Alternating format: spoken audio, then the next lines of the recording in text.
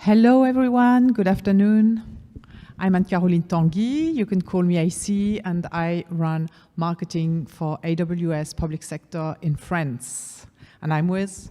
Hi, I'm Alicia Kim. I am a marketing specialist intern based here in Virginia, and I am on the AWS social media team. And we have the immense pleasure to be your room hosts today. So just a couple of remarks, housekeeping remarks. The exit is at the back of the room, and please use it on the right side. Bathrooms are down the hall on the right side.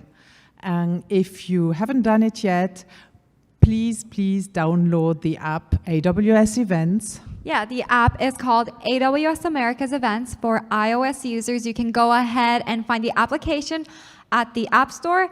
And for Android users, you do have to follow a link, but it's spread out all throughout the venue, so make sure to check that out. Through the app and the link, you can find session information, speaker information, and now that we are coming to an end of the summit, you can always go back to see what sessions you attended, what you missed, and to find it all online, so make sure to check that out.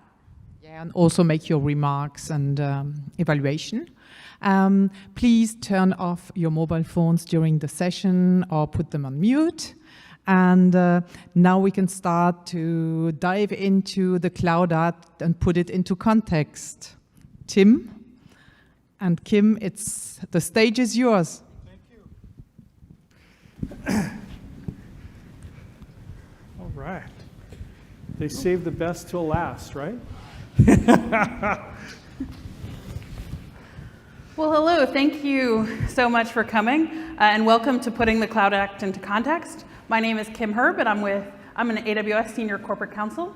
My name is Tim Raines. I'm the Security and Compliance Lead for Public Sector in Europe, Middle East, and Africa.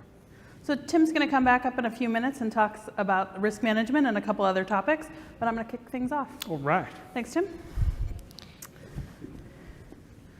So again, thank you so much for coming to the AWS Public Sector Summit. It's really exciting for me to be here among so many customers and find out the amazing things that you're doing with AWS.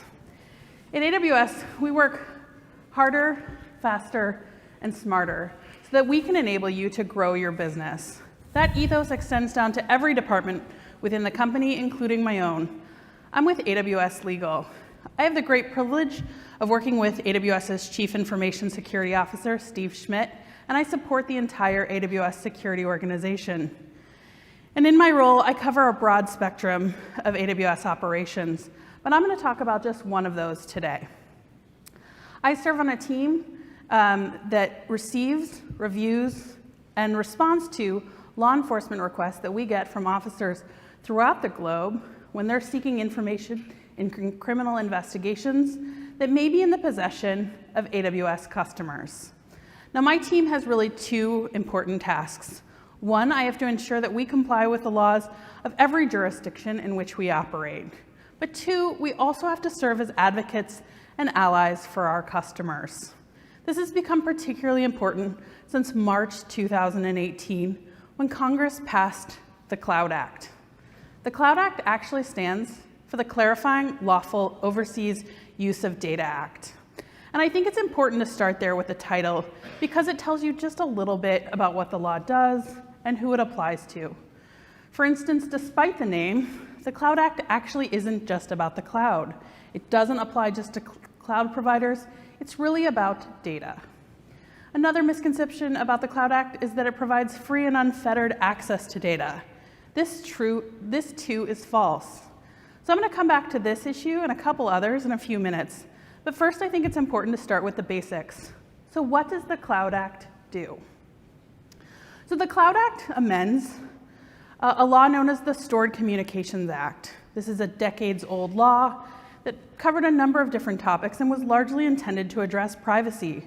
But one of the things it did was give law enforcement officers a tool that they could use when investigating criminal investigations and needed data.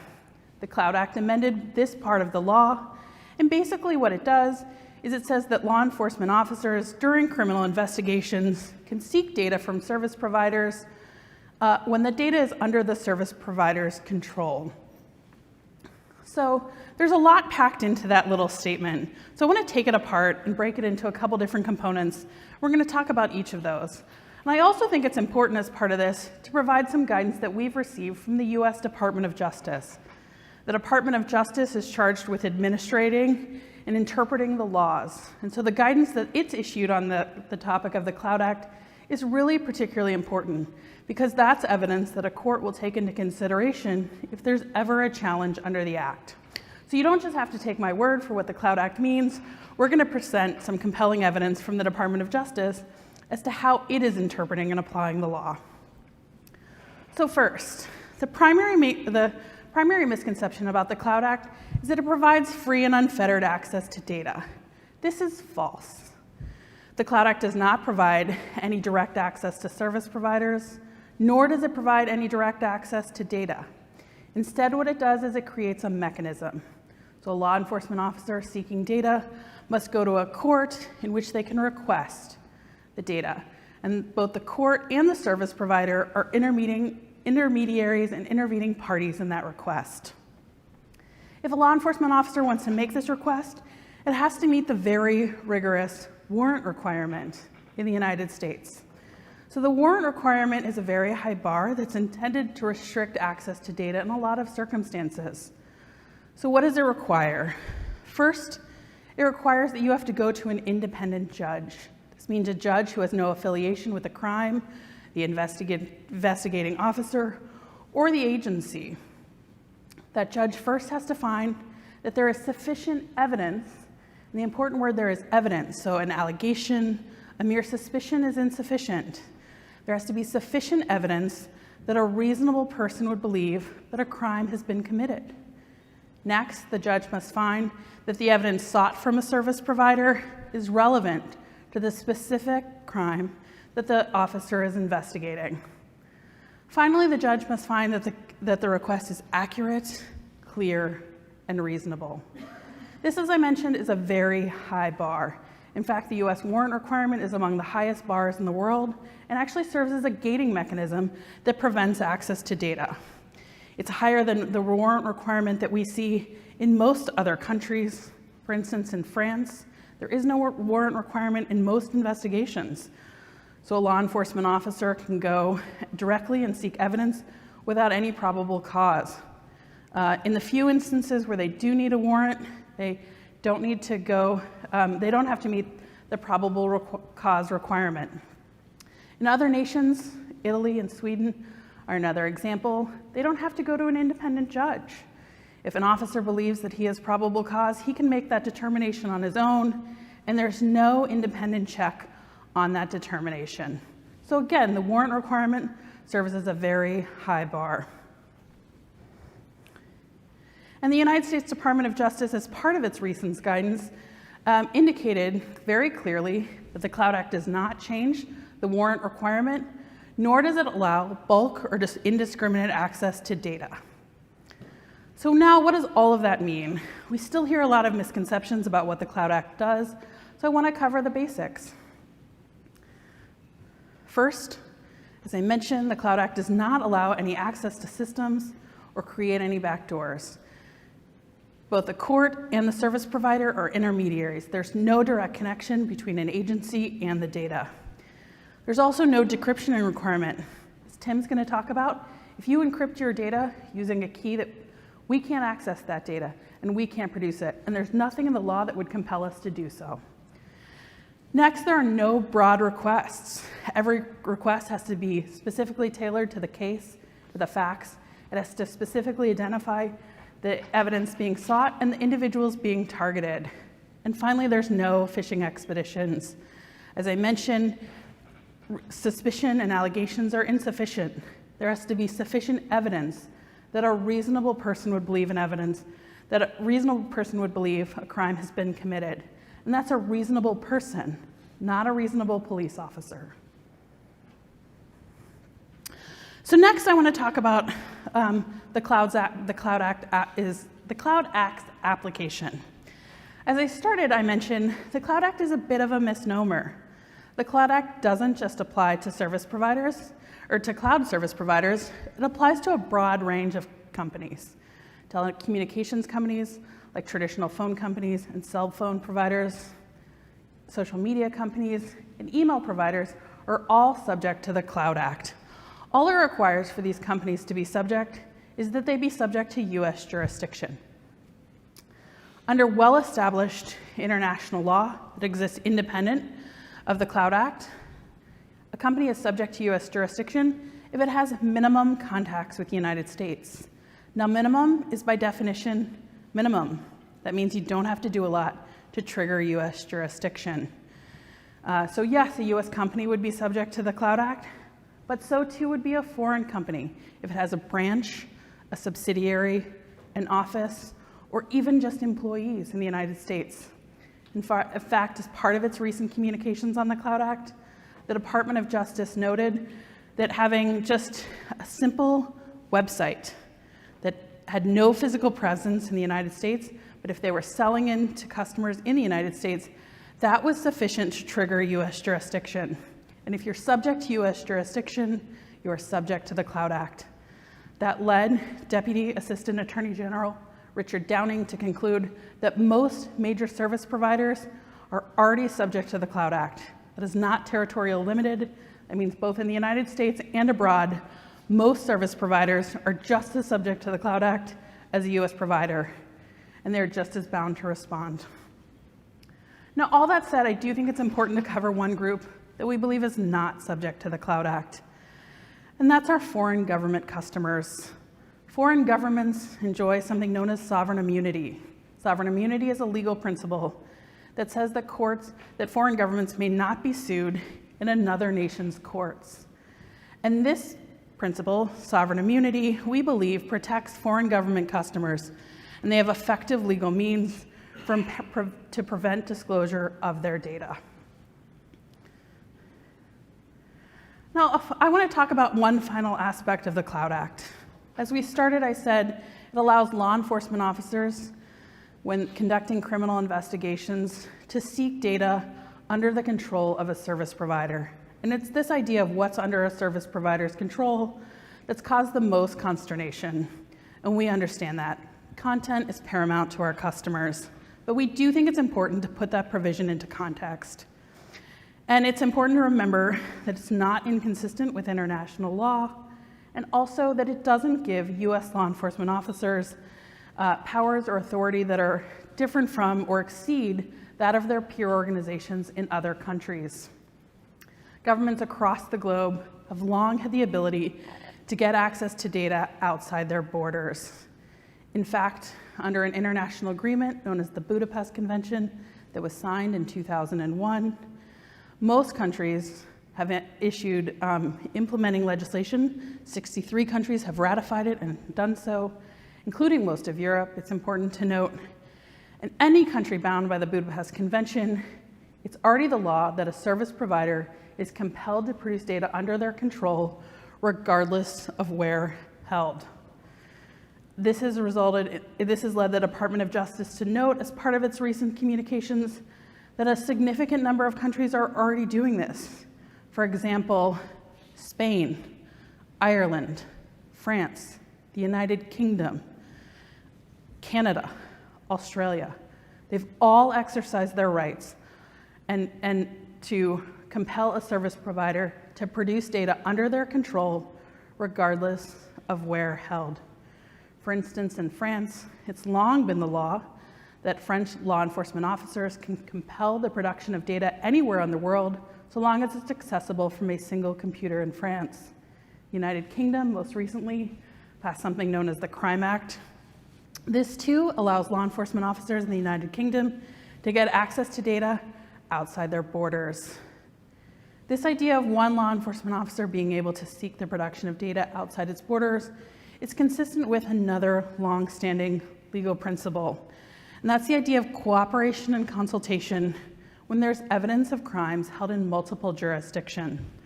Now, there's been a number of different tools to do this throughout the years. One of the oldest is something known as letters rogatory. Pretty antiquated process. It literally was the exchange of letters. One nation would send a letter to another nation seeking assistance in getting evidence in that other nation.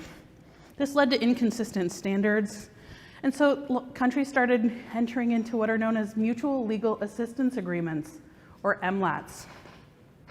Almost every country in the world has MLATs with other nations. Sometimes they're bilateral and sometimes multilateral. These are just a couple of the MLATs that the United States has with other nations. The first is our MLAT with France from 1998, second with Sweden from 2002, and the third from the European Union from 2003. And all of these agreements, as well as hundreds of other agreements with countries throughout the globe, enable law enforcement officers to get access to data outside their borders. But they also represent another bedrock principle of international law, and that's the idea of consultation and cooperation when there's potential conflicts of laws among those nations. And that's really why I'm here with you today. As the manager of the AWS's law enforcement response process, I often get questions about how we interpret and apply conflicts of law. And that's one of the things we want to talk about, because the Cloud Act actually preserves this right. The Cloud Act says that local and national governments have to respect local and foreign rules of law, and it also gives cloud providers the right to challenge requests when we believe there is a conflict. So what kinds of things do we take into consideration? The first thing my team does, I manage a team of lawyers and paralegals, and all of us, the first thing we do when we look at these requests is determine whether or not we can notify our customer. AWS commits publicly that we will always notify our customers of any requests for content they upload into the cloud to the extent legally required or allowed. And that means that we always notify unless we're prohibited by a binding court order. That means it has to be something different than a letter or a simple request. They have to go to a court and they have to seek a specific finding that the customer may not be told of a request. Even in such instances, we always still request that the officer relieve us of that obligation. The reason is we make commitments to our customers.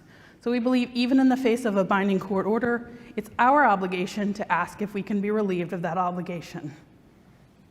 The next thing we do is look at the request itself. I started by talking about the warrant requirement, that it has to be clear, accurate, reasonable. But we may have information that the officer doesn't have. So we always do an individualized assessment looking at a number of different factors. We look at where the customer is located, both their registered address, their billing address. Where's their data? What services are they using? How much data? All that information may give us a clear picture of who the customer is, what laws apply to it, and what interests it has, as well as the interests of the nations where the data is held. Another issue we always take into consideration is whether or not the company is an enterprise company. We roughly interpret that as whether or not you're a public company. Doesn't mean you have to be Fortune 500, just means you have to be a public company. And the reason we take that into account is Department of Justice guidance. Again, so this is really important guidance because this is information that would be taken into consideration by a court if there's a challenge under the law. And the Department of Justice has made clear that law enforcement officers seeking data related to an enterprise should go to the enterprise first.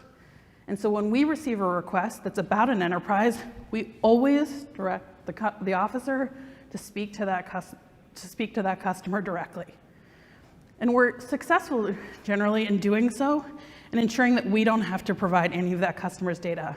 We recently reviewed data for the last year, and we determined that there wasn't a single case, there were 0 requests in which we've had to produce content related to a public company. So we take all that information into account, and then we come up with a plan as to how we're going to respond to an individualized request. In most of AWS, we care about automation. It makes us faster, it enables us to scale, and do things affordably for our customers. My team is an exception. I never want it to be a case where somebody clicks a box and requests X and always gets that. We always want there to be an individualized assessment that tailors our response, the facts of the case, and the specific request. So we take all the information we've learned, we go back to the officer, and we start what's essentially a negotiation. We start by, again, discussing whether or not we can talk about the request with our customer.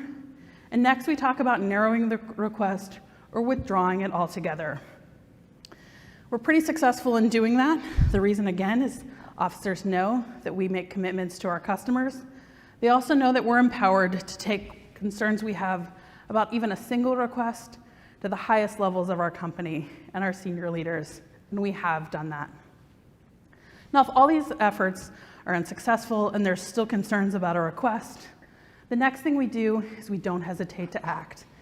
Amazon has a successful history of challenging requests that we believe are inconsistent with the law, whether too burdensome, too broad, or just because there's a conflict.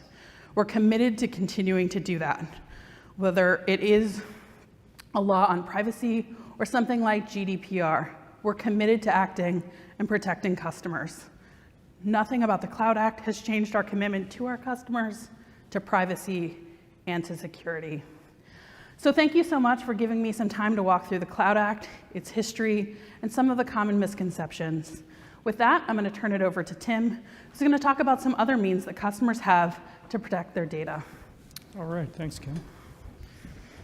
Thanks very much. You know, I think this is so cool. Having Kim on stage with me is super important because it's her team that's really dealing with the volume of requests that are coming from law enforcement around the world. And so hearing from somebody that actually does that for a living, describe the process and describe the rigor, I think is super important. And so in my job, I'm the security lead for public sector in EMEA. There's many organizations that these are questions that are top of mind for them when they contemplate whether to move to the cloud, because they've been in this world of managed service providers for 20 or 30 years. So you imagine big government, federal, provincial, state governments across Germany, France, Italy, UK, you know, and so on. So very often, these are the types of questions that we get from those customers when they first contemplate this, because for so long, there's been a bunch of myth and lore around the requirement to keep data local in their particular location. And as we dig into this to see what the real requirements are, it's not very often that you find a situation where there is some regulation or some law that says this data has to stay resident in a particular location. And so, for instance, very often folks in Europe will ask me about data residency or data sovereignty. And you know, in places, for instance, like Sweden, where we actually got a region, or France, or Germany, or the UK, we've got another region announced for Milan. Those sorts of questions are largely solved because we have a physical presence there. We actually have data centers there. So anyway, as I talk to customers and try to get into really what their concerns are and try to help them understand what the risk is, we very often get into risk management, which is what I want to talk to you about. So Kim, I think, has done an awesome job of framing sort of what the intent of the Cloud Act is. How it doesn't really change that much because the MLAT system's been in place in many of these countries for 20 or 30 years. And so when you think about it in terms of MLAT, not very much has changed. The Cloud Act doesn't change very much from a legal perspective, and I think she's done an excellent job of framing that.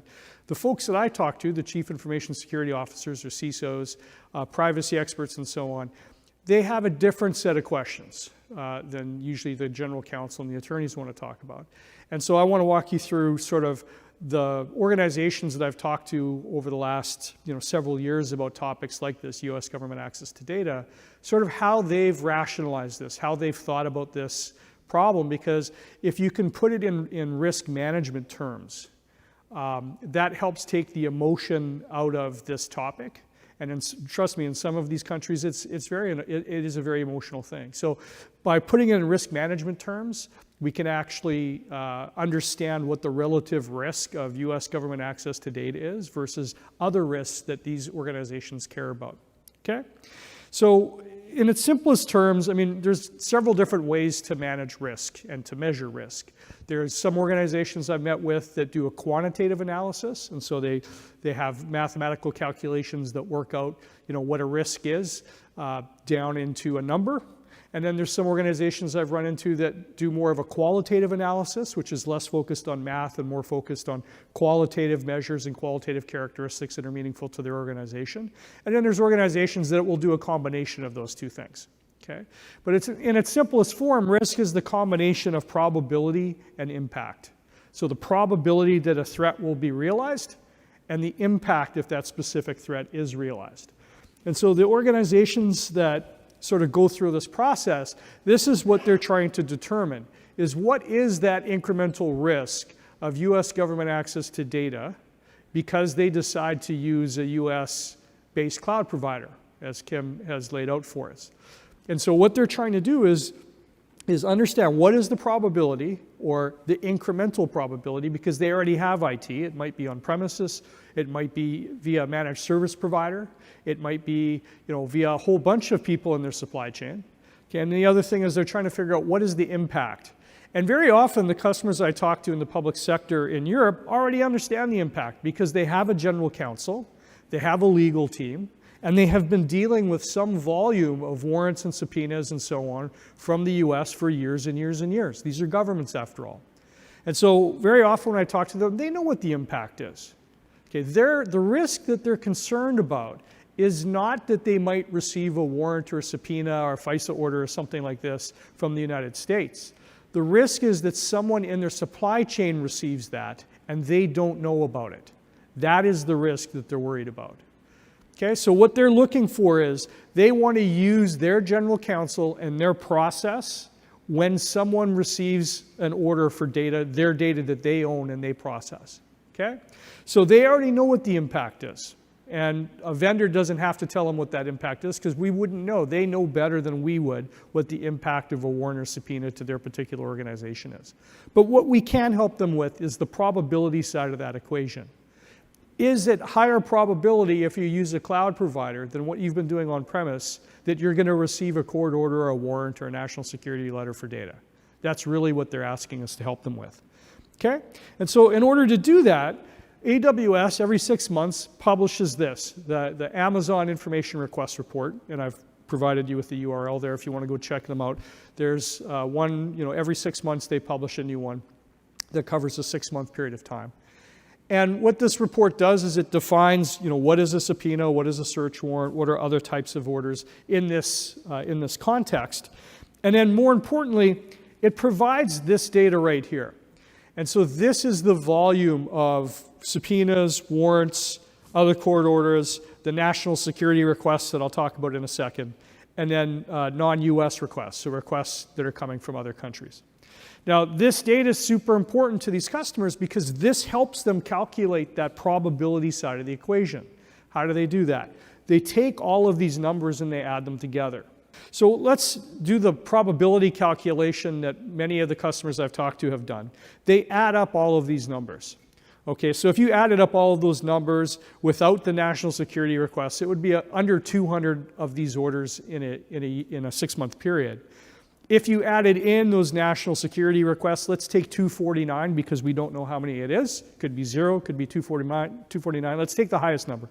249, let's add it all together. It comes out to about 443 orders in 6 months. Now sometimes it's a little bit higher, sometimes it's a little bit lower, but this is sort of ballpark of what I've seen with these reports. Okay? So you take that number, 443, and then you divide it by the total number of customers in this cloud, because we're trying to calculate that incremental risk of using cloud, and the threat is an order from the US government for data. Okay, so we take that 443, we divide it by, let's say, 2 million, or however many million you want, and you come up with a fraction of a percent. Now, what the customers do with that fraction of a percent is they stack rank it against all the other risks that they already manage, because most of them have a risk register that they use to manage risks.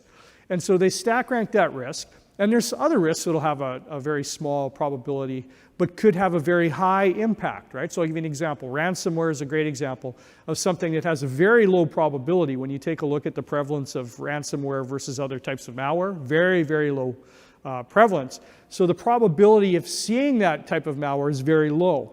But if you do, the impact of that malware is severe. Okay? So they'll take something like this, that fraction of 1% probability, they'll stack rank it against these other risks in combination with what they already know is the impact.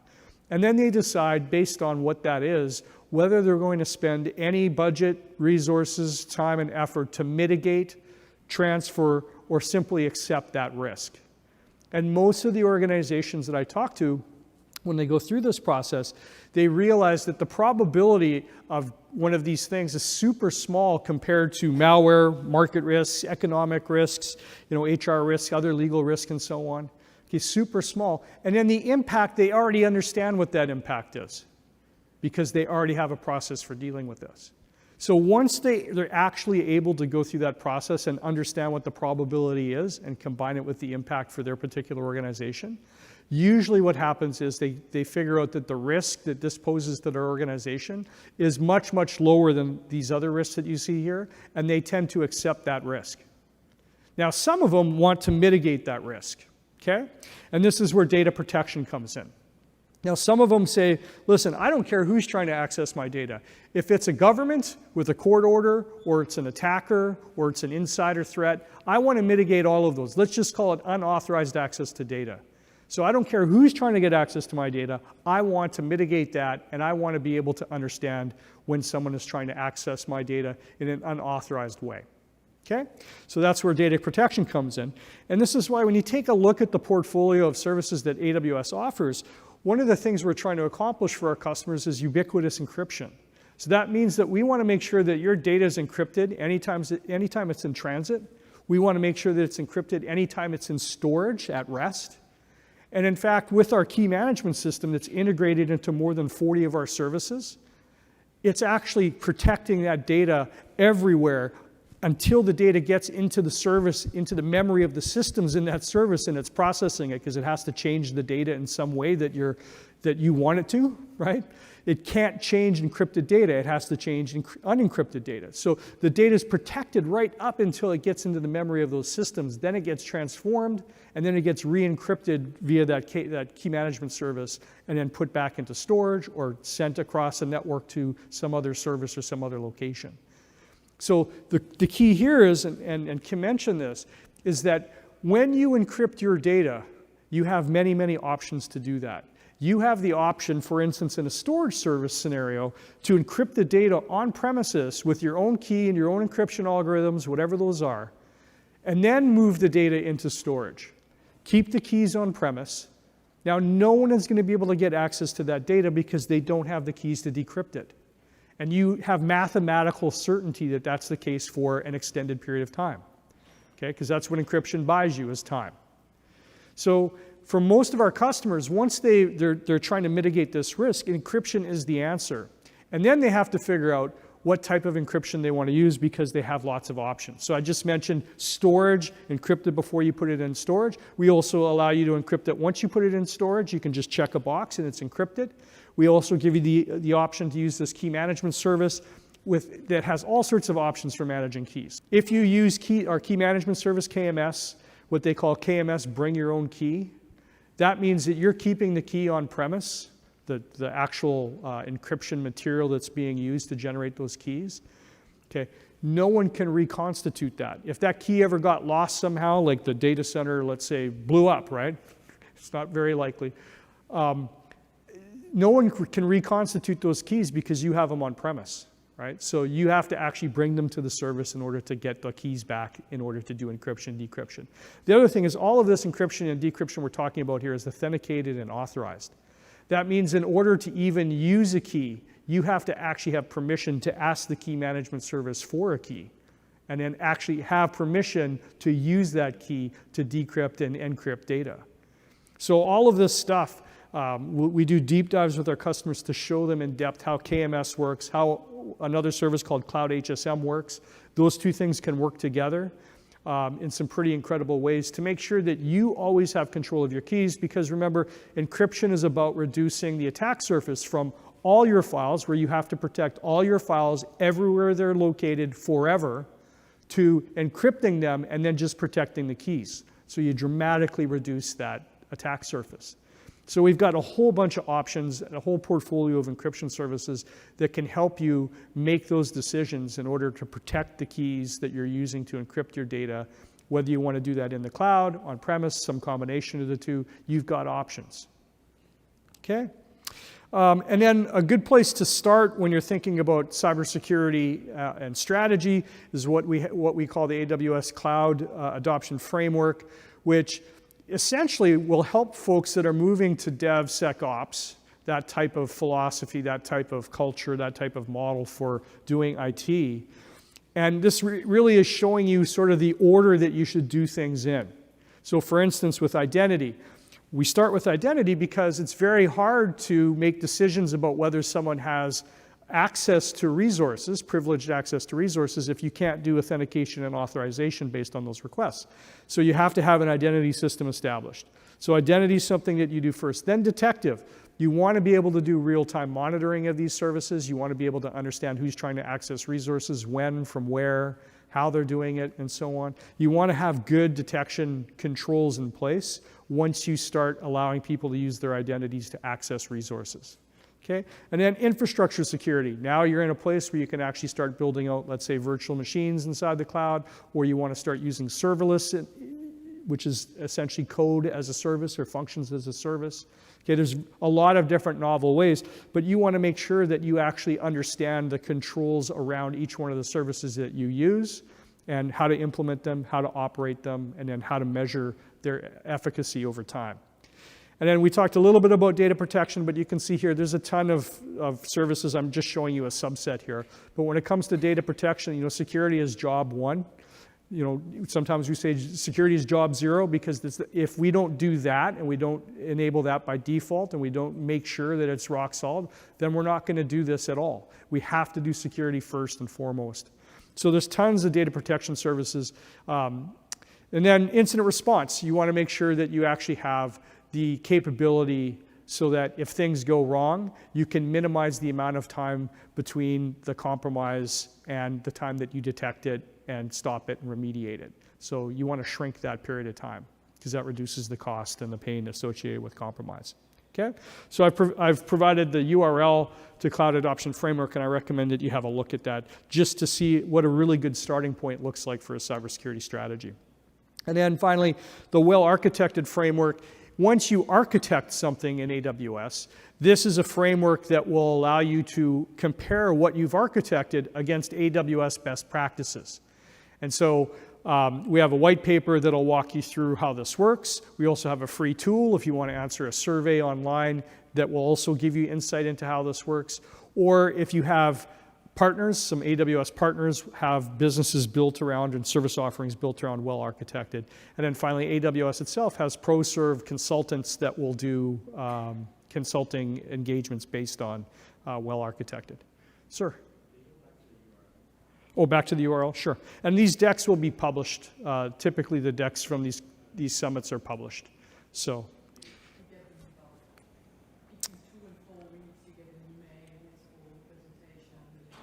All right, so with that, I'll invite Kim back up on stage and we'll just do a real quick recap here. Thanks, Tim. So just to clarify, or to recap, the clarifying lawful oversight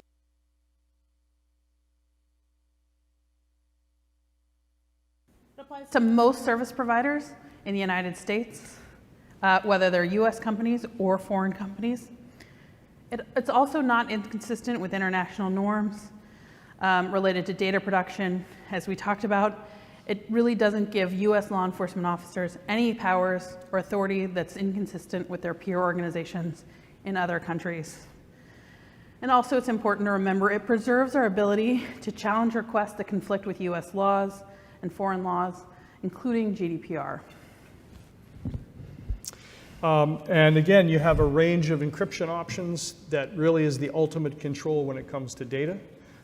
And again, being able to control where the keys are, who's protecting the keys, how the keys are being protected, whether the keys move or not, that's all under your control. You always own the data. When you put it in an AWS region, that data won't leave that region unless you give us permission to move it. Okay? You own the data and you always own the data. So we give you a whole bunch of options on how to protect that data, including some very strong encryption options. So thanks again for coming to Putting the Cloud Act into Context. We really appreciate your time. Have Thanks, a good day. everyone.